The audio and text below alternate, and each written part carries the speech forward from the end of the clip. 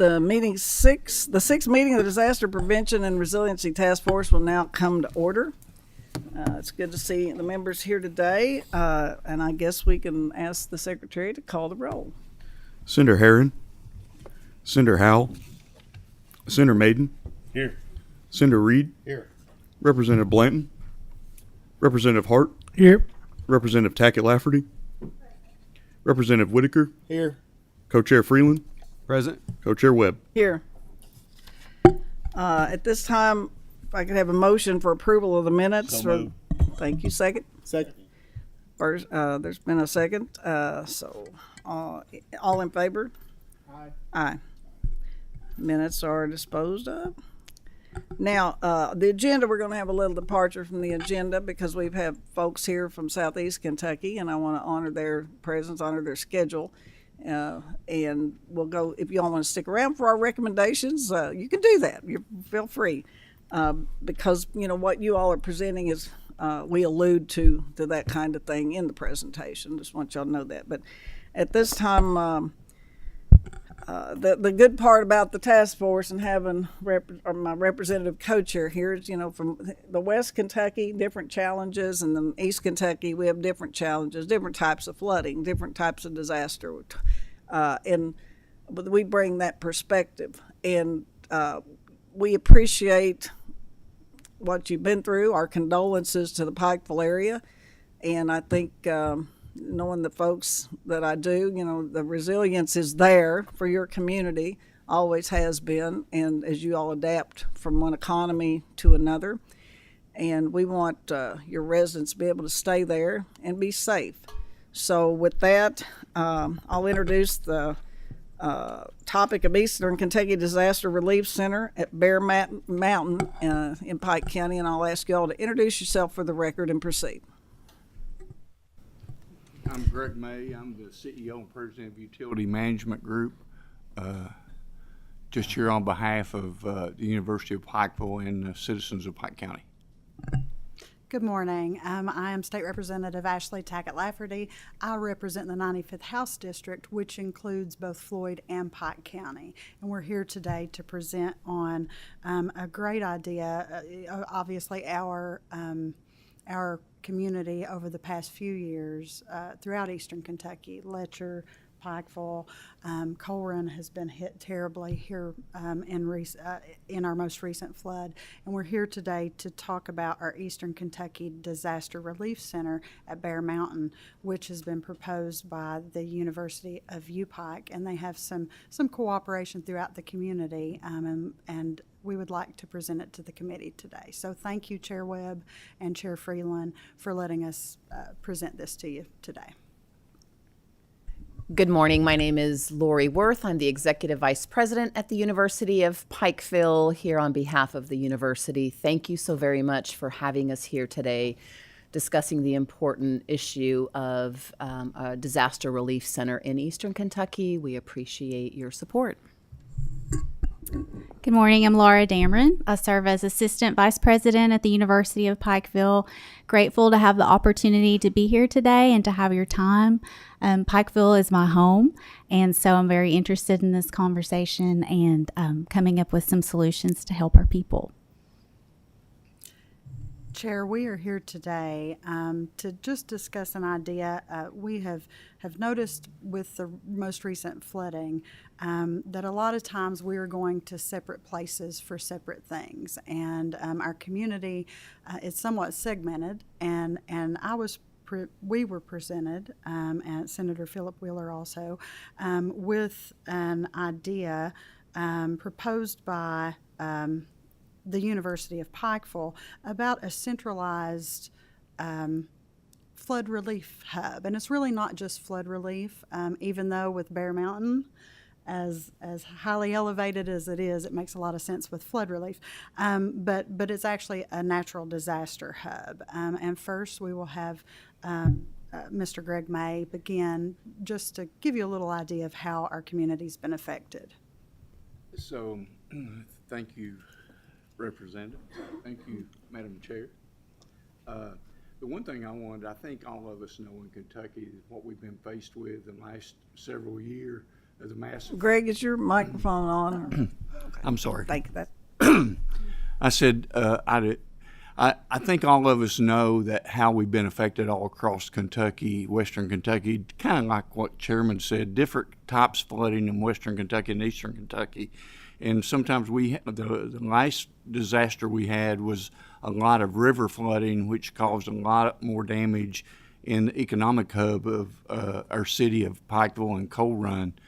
But the one things I want to point out is that we need to be prepared as a county, a region, and a state. And I know all of you all are welcome to that and hearing ways that we can do to make those processes when we have these disasters, that we're prepared in a way to help the people. And just a couple of examples of what happened in Pikeville, the last flood, is one.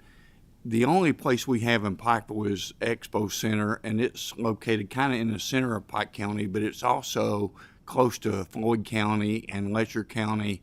And so trying to look at how to consolidate and have a good disaster center location. One of the things happened last year, the regional tournament was scheduled to be played at the Expo Center, and we didn't have any other place to operate the disaster emergency services. So at the last minute, everything began to scramble and trying to figure out, okay, where we're going to put all the disaster services. And so it was a lot of work trying to get this regional tournament put in place to where it could take place.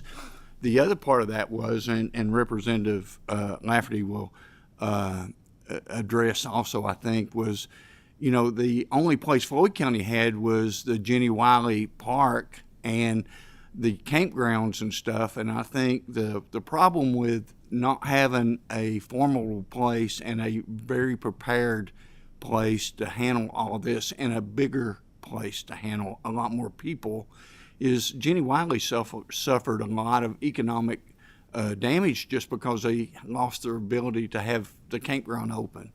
And I think there was some scheduled renovations supposed to go on, and all that's been pushed back because they're still having to use the campground and the facilities. So I'm very much one of these type people that lets, a lot of times we build buildings and we build centers, and I'm to the point as a taxpayer look at, we build these centers that are standalone centers and then we don't use them, and they're just used a few days out of the year or a few hours out of the day. And what thrills me about the Bear Mountain is it's multi-use. And if we were to build a disaster center by itself standalone, then building it is just one part of the expense of that and the use of it. And so what the university is wanting to present today to you makes a lot of sense about a dual purpose use of the facility for the university, but specifically for the disaster and emergency services. And I think if this project were to get funded and we can build it as planned, I think the Pike County Disaster Emergency Services would well embrace this, along as the other community leaders. So I'll let Dr. Worth tell you about the project. Thank you very much. Thank you, Greg. So I thought it might be helpful just geographically to point out where the property is. 530 acres that was purchased about 4 years ago. One thing about the property that's very special is where it's located, and definitely out of flood zone where the river level is around 680 feet and Bear Mountain elevation is well over 1,000. So it's positioned well to be able to support. We'll have road access on two sides of the property. The property is going to be designed as community athletic engagement space for Eastern Kentucky. We'll have a football stadium, soccer fields, which we don't currently have right now for community use, baseball, trails, and ability to really be able to enjoy some recreational areas as well. We are beginning to think about the facilities that will be on there, so it's a perfect time, we believe, to be able to collaborate and have building taking place. and we could make it right for disaster relief and some centralized communication.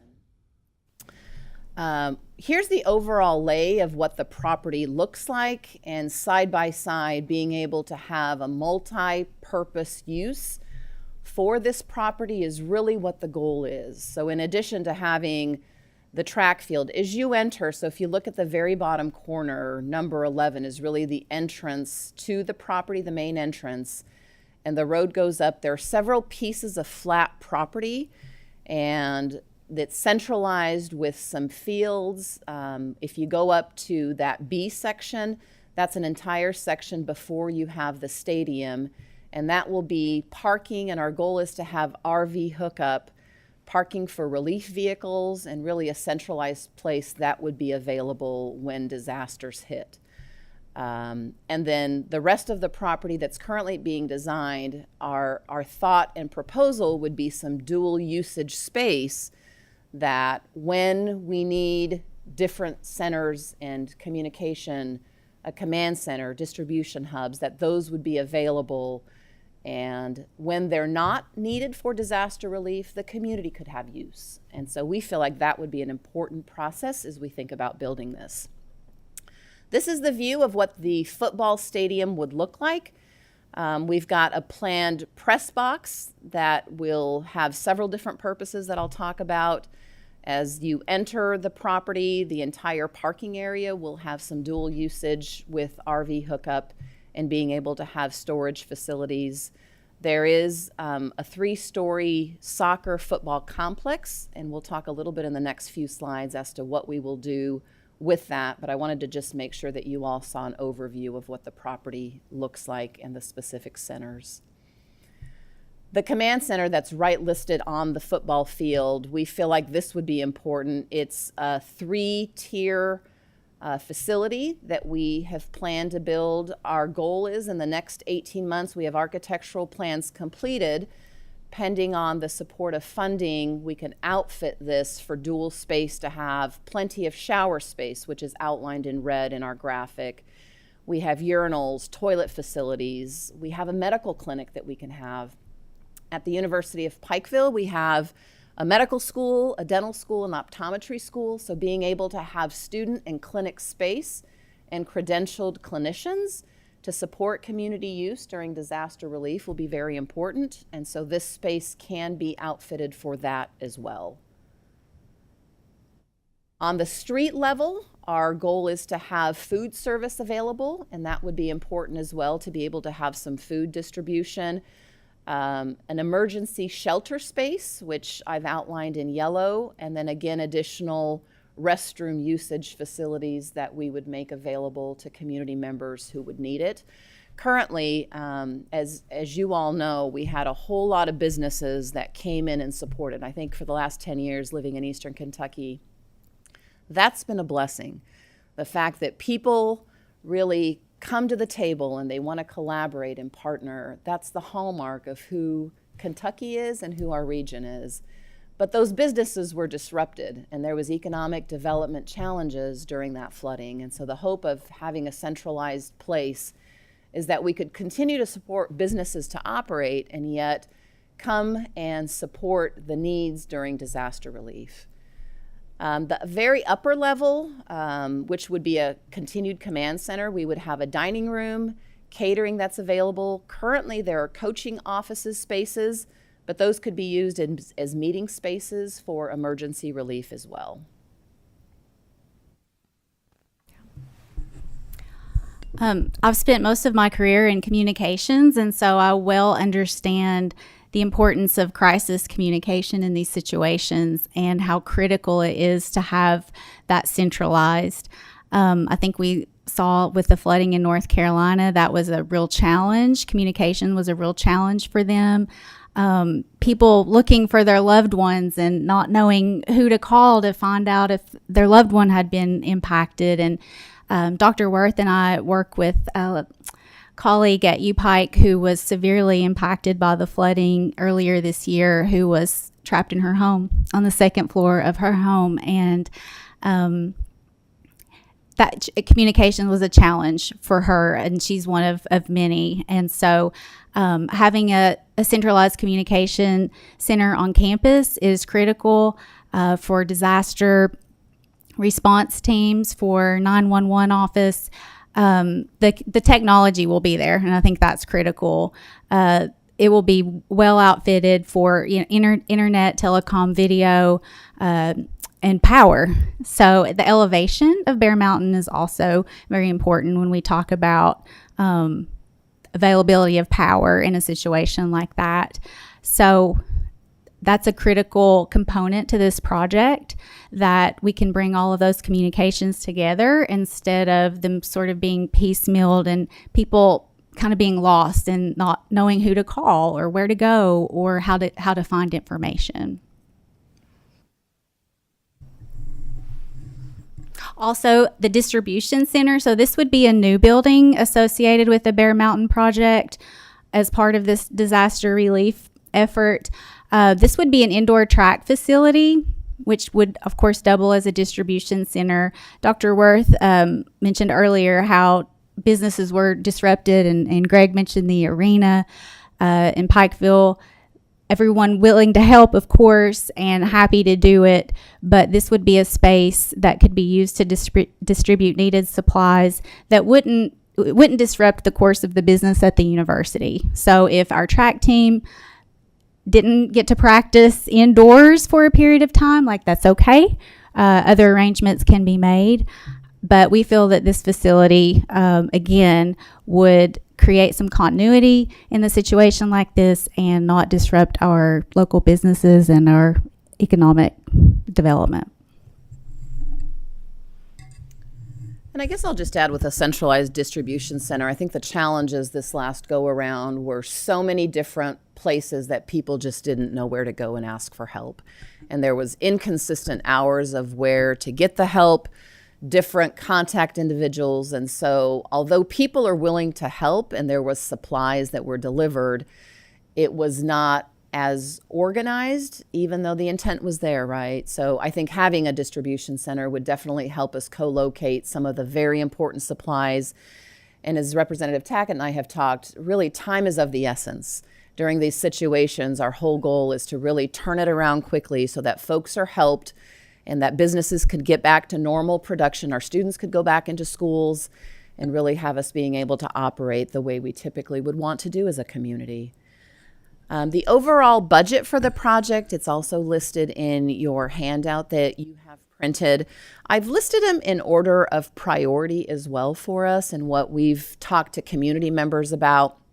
For us, it's been conversations over the last 2 to 3 years as we've had several floods hitting, fires, as to what do our key stakeholders in Eastern Kentucky, Floyd County, Pike County, Magoffin, Letcher County, what do folks believe is needed in our community in order for us to support needs when these disasters hit?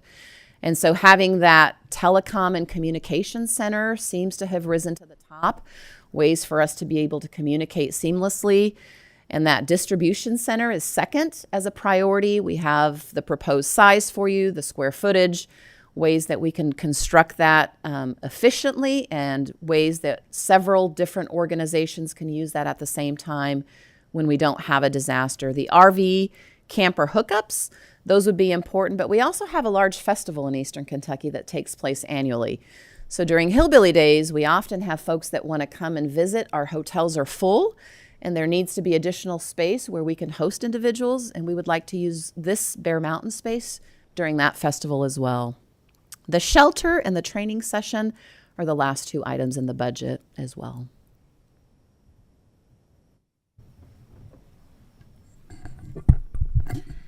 I do believe that it's important. Actually, Chair, may I guess, end with a question? Yes, Representative, you have leave to sit there and ask your questions as a member of the committee, or come up here to your seat. So either one you'd prefer. Yes, thank you. Dr. Worth, I just wanted you to speak a little bit to, have you spoken with others in our community, such as our local businesses, tourism, maybe Jenny Wiley, about how this hub will help to quickly turn around this transition period of recovery following a disaster? Yeah, thank you, Representative Tackett. I think this has to be a community project, and we are so thankful in our region that the university has really strong relationships with key stakeholders. Appalachian Wireless is a great example. Speaking to both the CEO in the last several months, they are very supportive of a project because they came into play this past flood and having to support with equipment technology in their building. Pikeville Medical Center would like to see something centralized. They see the need in the region. Community Trust Bank is in need of something as well. Jenny Wiley, there's economic impact when you can't use recreational facilities. And so tourism depends, especially in our region, on folks coming in and enjoying what we have that's so beautiful in Eastern Kentucky. And when that's disrupted, and doing what we need to do to help people, I think that impacts the region, not just for a few months, but it really for several years for us to be able to go back to the economic level that we were at before. So there are key leaders and the city of Pikeville. We have very good relationships with our city. Folks are supportive. We have several signed agreements that we understand we need each other and to support each other when it comes to large-scale projects, especially one like this. I just want to make, I don't know if it's a question, but I think the one-stop shop aspect in this is essential for individual assistance turnaround, and where people know where to go, where to get the services, and FEMA comes in and sets up shop for a period of time afterwards. I hope we still have FEMA, Eric, but anyway, in some form. But so having that presence where people know where to go and how to best track inventories and make sure those services get to different places. I like the idea of a hub, and Mayfield's got a good model. We've heard from them, and the all hands on deck of all the entities that you've spoken with. I'm feeling that would occur, whether it's community action, transportation, and all of those things. I was just going to ask your emergency management folks. I assume they're in support of this, but have you spoken with them much about it? Yes, we have. We actually spoke before we even purchased the property that it would be wonderful for us to continue to collaborate. We've made use of space around campus within Eastern Kentucky, but again, they are very pleased with the property, the size of the property, multi-use purpose, and that we are starting to build in the next 6 months. So it really is timely that we're able to construct these facilities in advance. So many times you have facilities that are already built and currently existing that you have to re-outfit, and we feel fortunate that we can start from the ground up with architectural plans. We've got construction documents almost 100% and having planned some of this already. So we're in a really good place to begin and launch and pre-plan really. We appreciate your vision and foresight. You might want to look at those building codes for, tornadoes are being a little more prevalent. So, Yeah. And that's kind of part of what this committee's looked at too, is sustainability of the actual recovery buildings. So with that, I'll ask my co-chair Freeland if he has any questions, and then the members of the committee to follow. Yeah, thank you. And I think we need to invest in some taller chairs too for our guests too. But no, thank you for presenting today, and I appreciate the presentation and the importance of the distribution centers for sure. And my friend Ryan Drain is here from Mayfield, and he's taught me a lot about the distribution centers and the importance of those in Mayfield and how important they were. And I'm glad to see that in your plans. And one of the questions I did have though, and I see the one-time expense of $11 million, and the one that you had for the I see the like broadcasting equipment and the operating costs, like the annual operating costs. Is the school like Pikeville? Are there plans for the annual operating costs? Yes. I know that those things can be expensive. Yeah, so our plan is to absorb operationally what happens. We have several usages. We also will have community camps that will really make use of the space. And so our plan is really operationally to help absorb some of the recurring costs. And then we have deferred maintenance budgeted within our operational budgets. So technology, having 3 medical schools on campus, it really it's almost essential equipment that's outdated even before you purchase it, to have a cycle of replacement and being able to just be mindful of when technology changes and advances, to have that budgeted. Right. And I know there's a lot of grants for things like that Yeah. too, so Yeah. I'm glad to see that. But I really like it though. Thank you. Thank you. Any members have questions for our presenters? Any of you guys? Scott's being awful quiet. That worries me.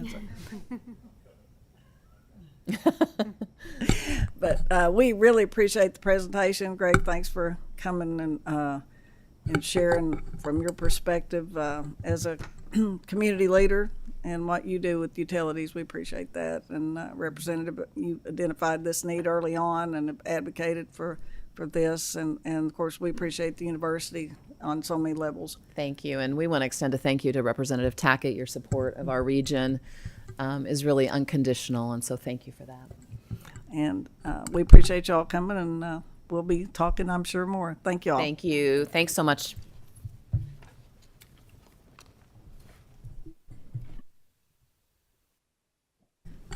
Okay. Now we'll move forward on our recommendations. I brought our committee book so y'all can see, it's all in here.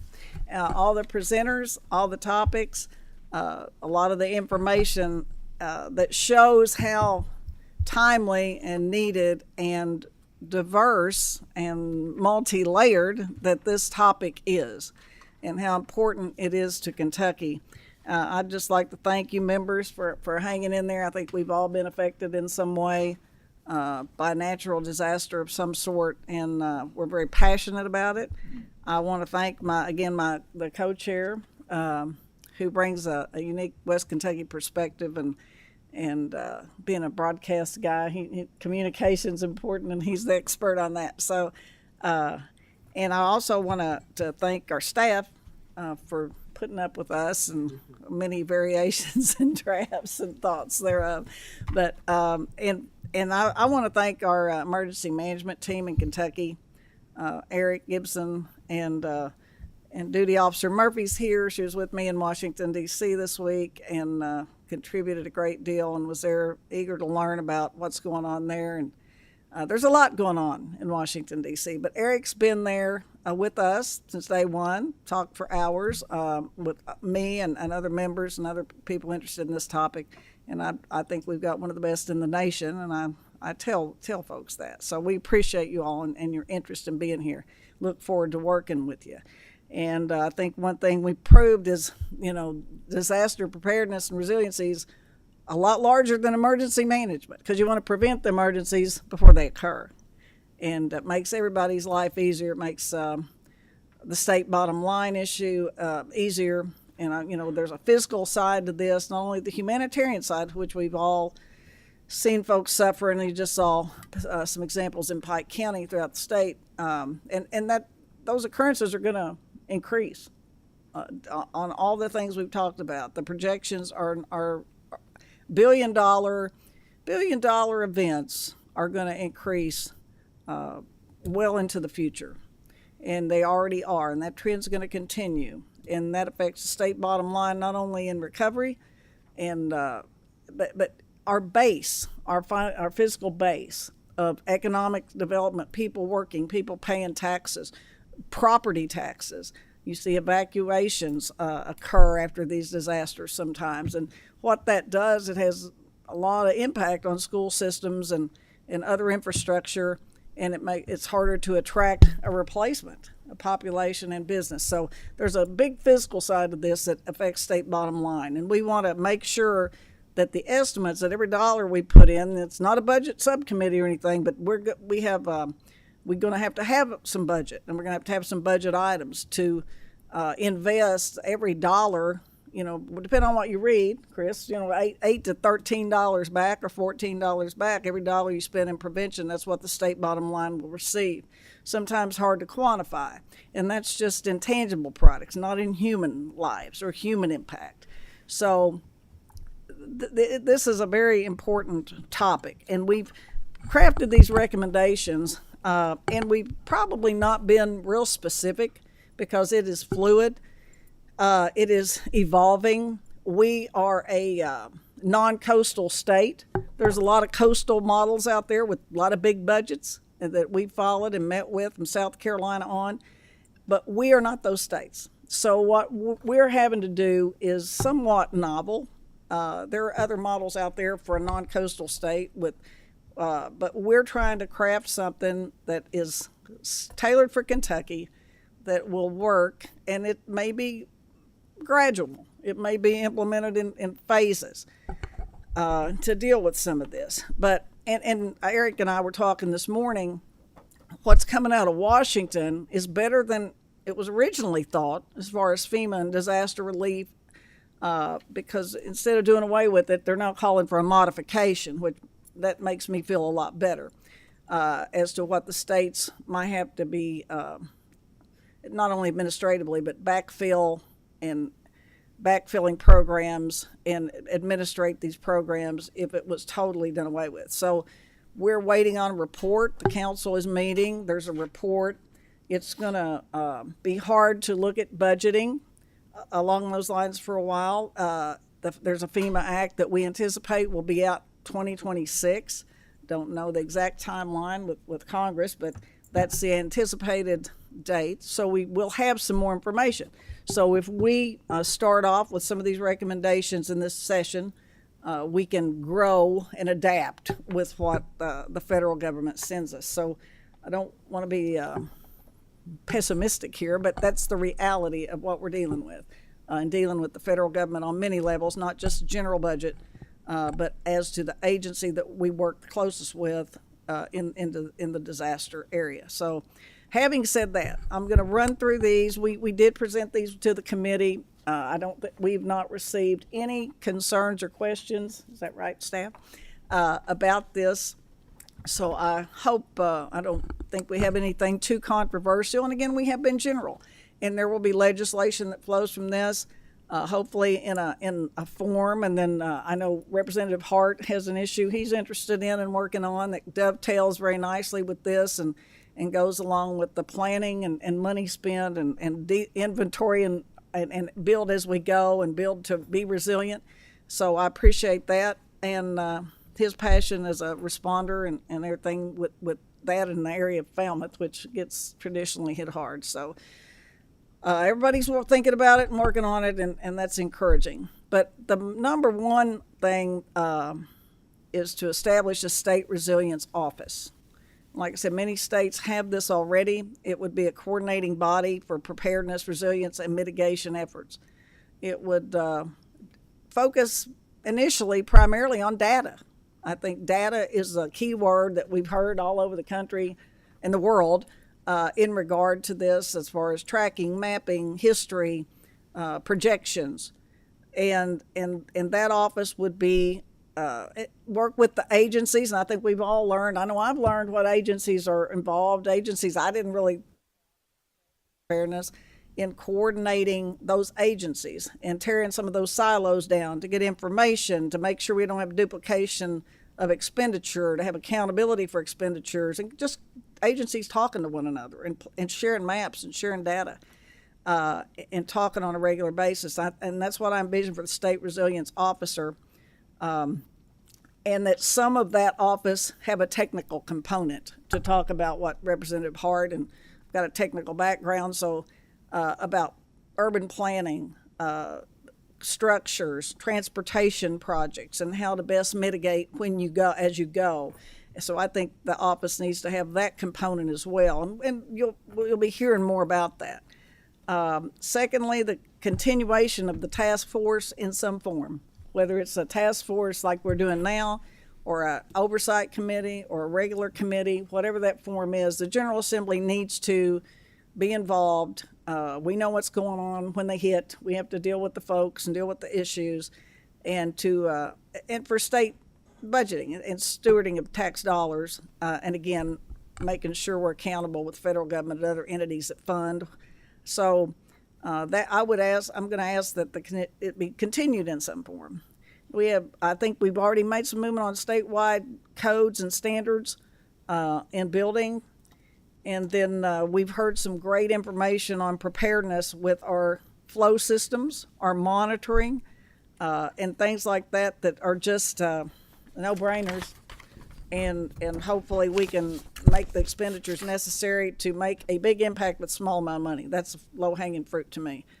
And then the Commonwealth Sheltering Program, and you've already heard the impact on the state bottom line once again when your state parks base aren't going to be able to be utilized for what they're intended. So necessarily for tourism and the regular base that they have to come, and the impact on sometimes even the structures of our facilities and maintenance of our facilities and our workforce. So the community-based approach, we've heard it in Mayfield, we've heard it here today, so that we have that more of a mindset like that.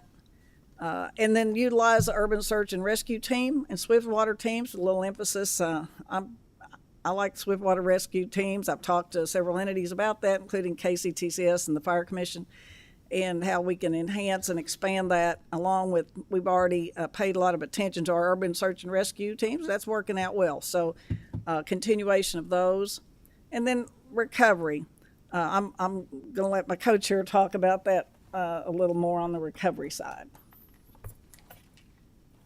7. Because they've got a great model in Mayfield and how they had boots on the ground. Oh, yes, Yep. for sure. Yes, the recovery part, the long-term recovery groups, that was one. The Mayfield group is certainly a great example. I think only 13 counties have long-term recovery groups, and I know there was a bill a few sessions ago, or maybe one session ago, that was tried to require counties to have long-term recovery groups, and that legislator had asked if they could refile that bill, and of course they can refile any bill that they want, but I don't know if mandatory is the answer, but certainly encourage them is certainly the way to go for sure. But we need every county to do that, all 120 to have long-term recovery groups, because they can't accept any donations or do the things that they need until they have that. But expand the access to the case management for survivors while they're streamlining benefit verification and reducing the duplication of services. Expand the community resilience and mitigation efforts by identifying current state resources, and so many other things. But yes, you're right. And as to mitigation, I know Senator Madden and I have talked a lot about the streams and the maintenance and flood and plains and our water projects, our flood projects and all that, and how to best work on those things with state and federal agencies and just to mitigate risk and land use and those things that may lower impact, whether it's letting the river run or having room for expansion or whatever the case may be, or dredging out a problem area. So mitigation is an important component of this. And of course, public education and awareness. Chris and I were talking about that this morning and how important it is, because you have to have a community approach. And everybody thinks, oh, it's not going to happen here, till it happens here. But once it does, you see people come together and implement models, and that's what Kentuckians do. So, so everybody in the state knows what a messing head is. That we have to. That's the kind of thing. I've been in the room in budget, and they're like, "What's a messing head?" Well, I have to. That's always been a little thing of mine. So, we want to build awareness, and of course funding. And that's the big question. And I think our presenters and the issues that we've addressed have come with some pretty rational approaches or rational estimates, even though we're not a budget subcommittee. There's certainly a component of what we're going to be doing and recommending. And the fiscal, I have a pretty big fiscal side myself and a lot of budget experience. So I wanted to hear those things. So we can advocate for those, what we think is necessary to build this program that hopefully we get to do. And then again, from FEMA to individual accounts, that's what we're going to be continue to look at. And we're going to continue to look at non-weather events. I think Sometimes lightning causes forest fires, but sometimes it doesn't. But there's still a disaster, whether it's a pathogen. We've got from the ag side, screwworm. We've got EHV and horses now kind of making a comeback. And I mean, all that affects the state bottom line. So there's a huge fiscal component to what this committee does, and as well as it could be a cyber attack, hazmat. Those are disasters, and that's why emergency management is here in part and will continue to be and work with us along those lines. So at this time, I'll defer to once again to Co-Chair Freeland for any comments he has. Well, thank you, and I appreciate all the work that you have done and our staff for sure. And you're right. I know when this process started, Co-Chair Robin, Webb, and I, we were thinking, we'll have a couple of meetings. We're thinking, well, we'll talk about flooding and tornadoes, but we've barely scratched the surface.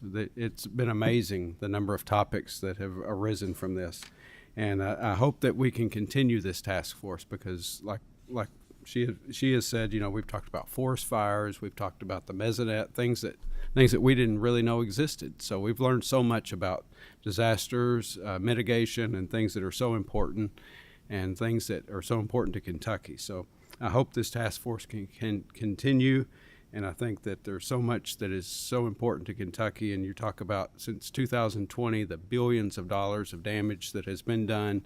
And if we can invest a little bit of money and a lot of effort, I think we can do a lot of things to help Kentucky and to help the people here. So I hope this can continue. And I want to thank Eric and all the people here in Kentucky that do such great work.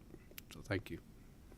Okay, members, now your time for the record. I see Scott teeing up his microphone there. So, Senator Madden. So I do also want to echo thank Chair Webb and Representative Freedom for hosting this task force. And the one thing in that report that I just told him that we really need to continue is to continue. We got to continue because we have just scratched the surface, and we heard so many things from insurance. There's insurance problems now that that I was unaware of. These people, once they mitigate, and so that's a future problem. There's so many things, but and I want to echo. I stood on the Senate floor and when we had our flood last year and praised Eric Gibson when Senator Reed and I went over there, and I was just amazed at the facility they got and the information they can provide to you when you're in Frankfort and your district is being flooded, and it's hard to. It really kind of eased me to, other than a phone call to my elected officials, I could see he could tell me how many people were without electricity, how many people were without water, how many water rescues he was making. So Eric Gibson is invaluable. I mean, I picked up the phone on a Saturday after I'd left session and needed generators from my hometown because our water pumps had went down. So if you legislators don't have a personal relationship with Eric Gibson, you need to get it, because when you have a disaster, he can make things happen. And Eric, I really mean that, and I think how I feel about working with you. He's on his game, and they have a great facility over there. But Madam Chair, I prepared a little statement this morning because I got up and kind of got to thinking about some things, and I wrote this out. It said, I just wanted to thank the whole task force for everything they've done. And as we were really addressing all the things, and the one thing that my constituents and county judges, magistrates, and many others think that needs to be addressed concerning flood prevention, that is clearly and dredging the creeks and streams. I know the task is much more extensive than it would seem to just scratch the surface due to permits, division of water, and money and more money. That's the main thing. But I got the famous Dace Minna on my mind. As you being an old coal miner, you know what I mean. And the reason the Dace Minna got on my mind this morning, I just had some conversation with my county judge a couple months ago, and they were repairing a bridge from the flood, and DOW got all in their stuff because of the Dace Minna. Well, as I was driving in from the hotel, the Dace Minna has been around, and it's been an issue for coal mining, construction projects, logging, etc. You name it. The Dace Minna has always, been a problem when it comes to creeks and streams. And now we're facing it when we're trying to dredge our creeks and streams. I mean, the Dace Minnow, and I never did really understood, so I started Googling. And and I was watching the news, and there was Leader Hakeem Jeffries speaking about protecting endangered species in the ecosystem. He said it was a divide that the good Lord had made, and he was, of course, speaking against fossil fuels, which we use 65 to 70% in the state of Kentucky to fuel our energy with. But, I got to thinking about that, and I looked that up. And I don't claim to be a biblical expert by any means, but I Googled and I found over 40 verses in the Bible that referenced people being equal, man and woman, rich, poor, but it never said anything about man and species. From the beginning of time, there's always been a pecking order.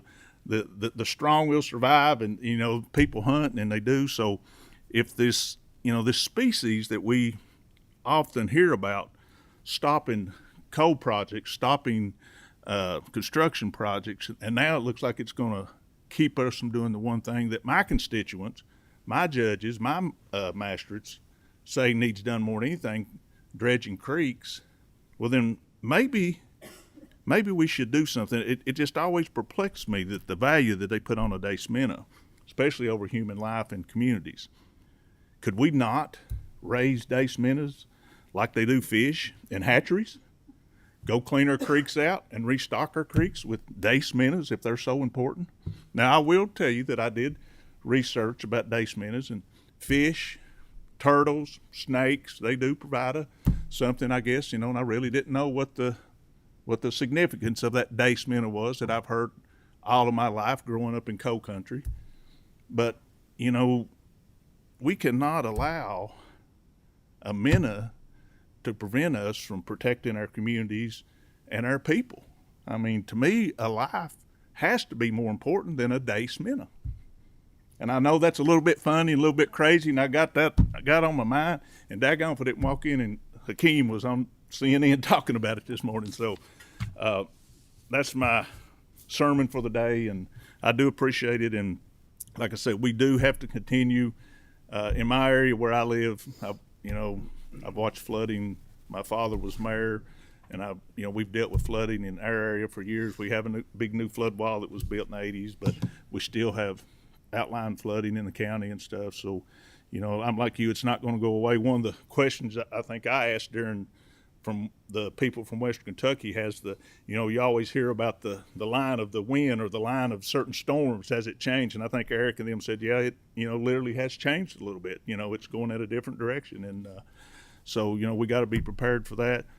I think the greatest thing I heard of the whole session was the guys from Mayfield, the long-term recovery. If we could ever get that in all of our counties, and like he said, I know we've only got 13, but I've been involved in floods, and I don't know how Eric does, especially this last flood where we had all 120 counties declared, but how all of those entities are out there going in different directions, and counties are calling for help, and everybody trying to help each other. But I think the long-term recovery for the counties is a must, some way to do.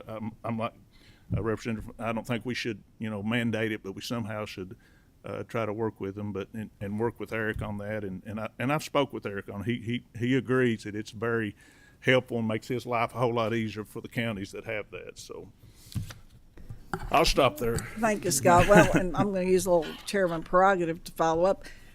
Because I was on KAT when one of those floods hit, and they were trying to blame mining in East Kentucky for a lot of even though it was like 1,000-year rain. Okay, but and they brought that up to me with my coal background, and I said, well, it might have contributed a little. Just not normal wear and tear on land, period, contributes a little as far as silting and all that. However, I guarantee you the recovery efforts will be on reclaimed mine lands. And I said, and so I predicted that, and that's where it's going. And you look at Knott County, the housing projects in East Kentucky, they're on former mine lands. Our hospital in Hazard, in Knott County. And just a side note, Bear Mountain is actually an AML project. So Yeah, mining is the saving grace to keep our people home now in light of the changing weather patterns and what we're dealing with. So I just wanted to throw that in there, Scott. Representative Whitaker, you have anything to? So something that I wanted to mention is I think that this Office of Resiliency is critically important. I know that most of us here, if not all of us, would consider ourselves fiscal conservatives, and creating a new division of government always makes people a little uneasy. But when you're looking at the cost of rebuilding time after time, the cost of preparation and resiliency will save our Commonwealth so much money in the long run. We have to budget a little differently than a lot of organizations do because, the Commonwealth plans to be here for time immemorial. So we need to look when we're, looking at our budget and deciding how we're going to be spending our money as a Commonwealth. We have to look long term at what these disasters are going to cost us if we're not prepared and if we're not efficient. So I believe we had a speaker from maybe Pew Charitable Trust, some nonprofit that came and spoke to us. And for every dollar we spend, I believe it was something like $13 will be saved in response to these things. So I urge all of our legislators to spend whatever money it takes to save our Commonwealth tremendously more. Thank you. Thank you, and you remind me that also our great partners in this whole initiative and the Pew Charitable Trust and the American Flood Coalition, who has been there for me, and with they model legislation. They work around the nation. I was with Pew last week. Traveled to the Netherlands, whose existence is on flood control, with the American Flood Coalition. So those are partners that we will continue to have, and we're doing good things. I'm going to put Mark on the spot and have him mention what his little project is. Good, I got to do a selfless plug here. Unfortunately, we found out about this really late in the season because it would have been great to have the opportunity to bring this before the task force. But there's a project that's been done in Indiana, and there's already some communities in Kentucky, like Moorhead. I think Salt Lick is one of them. In Pendleton County, where I live, both the cities of Falmouth and Butler and Pendleton County just passed resolutions to start this project, and they've already pledged the money for the initial engineering to get going. But what I'm talking on December the 10th, and all the representatives have gotten hopefully email invites. But we've got the folks coming from FEMA. We've got some hydrologists and some people. But we're going to talk about what they call green sink projects. And for the ones of you that know what a French drain is, a green sink is kind of like a French drain on steroids. The 9 years that I've been in legislation, and of course being from Falmouth and having experienced multiple floods in my lifetime, we were always looking for ways to mitigate flooding or to prevent flooding. Well, like in the little town where I live, Falmouth, it's surrounded on three sides by a river. So it's kind of hard to build a flood wall or something in that nature. But these green sink projects, if we can buy into them along the rivers, everybody not only in the community that puts the green sink in, but the people that are upriver will benefit as well. But they basically create an area that will retain the water, and then it provides, it's a valve system. I'm not an engineer, so I'm not going to get on the technical aspects, but it will allow the water to slowly drain out. But what it does, it helps lessen the level of the flood, and if enough of them are put in, it can drastically reduce people's flood insurance. So on December the 10th at 10 o'clock in room 346, is the big conference room on the third floor. We have folks coming that have put these in, our engineers. They're going to educate us on this. And then hopefully I'm trying to, I live on the Licking River, so that's kind of where I've started. But I'm hoping to get the people to buy in along the Licking River because the more communities that buy into this, the more benefit people get. And I'm lucky because we're just kind of getting started with it and just learning about it. Moorhead's already working on it. Salt Lake's already working on it. So there's already communities other than the Pendleton County community that are already buying into it. So my effort is to get this out there to everybody, and let's educate people, because it's not going to prevent floods, but right now it is an engineering possibility to mitigate them to where we can lessen the damage. So I'll encourage everybody, and anybody that's listening to me, if you'd like to attend this will be open. So just get a hold of me, and we'll make sure that we got enough room and space to hold everybody. It's at 10 o'clock on December the 10th. It's up in room 346 in this building. And if we get enough people that RSVP, we might move to one of the committee rooms. But it's going to take about 2 hours of your time, but I think we're going to put out a lot of good information for people. So thanks. I appreciate the attention to the topic, and I think that's why a technical component for this office is necessary as far as urban planning and even agricultural planning. All that comes into play. So I appreciate that, Mark, Representative Hart. And I'll ask Representative Lafferty, do you have any closing thoughts or concerns? I do want to just talk about how important this committee has been. This interim, I've learned more in this committee than probably all my committee meetings combined this interim. I think it's very important because I think the flooding, especially in eastern Kentucky, that we're seeing and we're probably not going to see it lessen. We're only going to see more in the future, not just flooding, but of course natural disasters. So I think this committee has been very educational. And I want to say thank you for allowing me to present today, because I do believe that a centralized hub is something that, especially for my area, is necessary. But I just want to say thank you, and I appreciate all of the issues that we've been informed on. Well, thanks for your participation and your passion for the issue and thinking outside the box on some of this stuff. And, we East Kentucky girls like to stay home, and we want our families to be able to do that too. So, Senator Reed, you have any thoughts? Thank you. Not a whole lot. Just wanted to say that to me, Liberty's a team sport, and just like Liberty, maintaining, our emergency response to things like tornadoes and flooding, it's a big deal. And I'm glad to be on this team, and I look forward to working in the future with all our folks and keeping Kentucky safe. So, thank you. Thank you all. I think unless anybody has anything else, Chris, this has been a good meeting, and I certainly enjoy and love like the issue, and on all aspects, and working with the people that I'm working with, and we want to continue this teamwork and partnership along with our federal partners, nonprofit partners, and we want to hear from anyone that's got any thoughts on what we've talked about or anything that we should talk about. Hopefully in the future we're allowed to continue, but we will still be working on the issue regardless. So because we are passionate about it and it impacts the state bottom line. And Eric, is there, I don't want to delay the meeting, but is there any update on the FEMA situation? You mentioned something came out last night or this morning, a report, and I've not had time to digest that in light of this.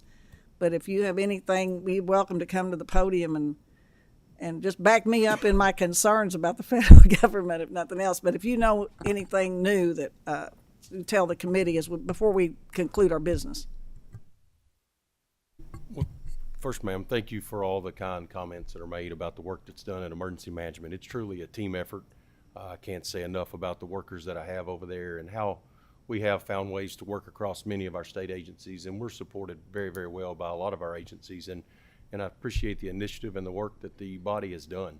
Truly, I've tried to attend every meeting. I think I might have missed one for a travel day, but I tuned in online. I've tried to take a lot of notes and take the advice and the work that people have brought up here, and we've interacted out of this meeting with many of the presenters to try to build relationships that'll be produce fruit in the future for our Commonwealth. The FEMA update there is no update, truly. It's a lot of rumors right now, and I would tell you that it is concerning. Obviously, there's changes coming We believe there's changes coming. I think there's been the review council report is in that final draft. We've spoke to members of the council, but I would say it'd be preliminary at this point to make any assumptions. I do think we should be braced for significant changes in FEMA's efforts, but I don't know what those would be, and it would be premature to say anything other than I've heard that the drafts are being written at this point, maybe due in the first part of December to the president, ma'am. Well, I appreciate that and appreciate you monitoring. I'm going to continue to because it was quite alarming, and I appreciate the federal update. And if you know, we all have a good relationship with our congressman, and we need to keep it on their radar, especially right now, and monitor it and just hope for the best. But I think an area of concern this committee might be is the match, is the FEMA match and how it could affect state contributions. So we'll continue to lobby the federal level for Kentucky's match dollars, and hopefully that they maintain a form that we can depend on and sustain. Absolutely. I mean, the recovery cost across our public assistance projects is immense every year when we have a number of disasters like we've had. And, you know, the current match at 75% federal share is what we depend on, and that's what the General Assembly backs up with its budget here. So as we continue to work through the disaster response, any significant number change there would be a significant impact, I would feel like. So, anybody got any questions for Eric real quick before we let him go? We drafted him. Thank you very much. thank you very much, ma'am. Thank And you. I again want to thank everybody, and hopefully we can continue to work here in some form. And appreciate. Oh, we got to pass it. Okay, well, I didn't. I got all excited. Motion to approve. Motion. Thank you. Need a second. Okay, all in favor? Aye. Thank you all very much, and that concludes the task force business.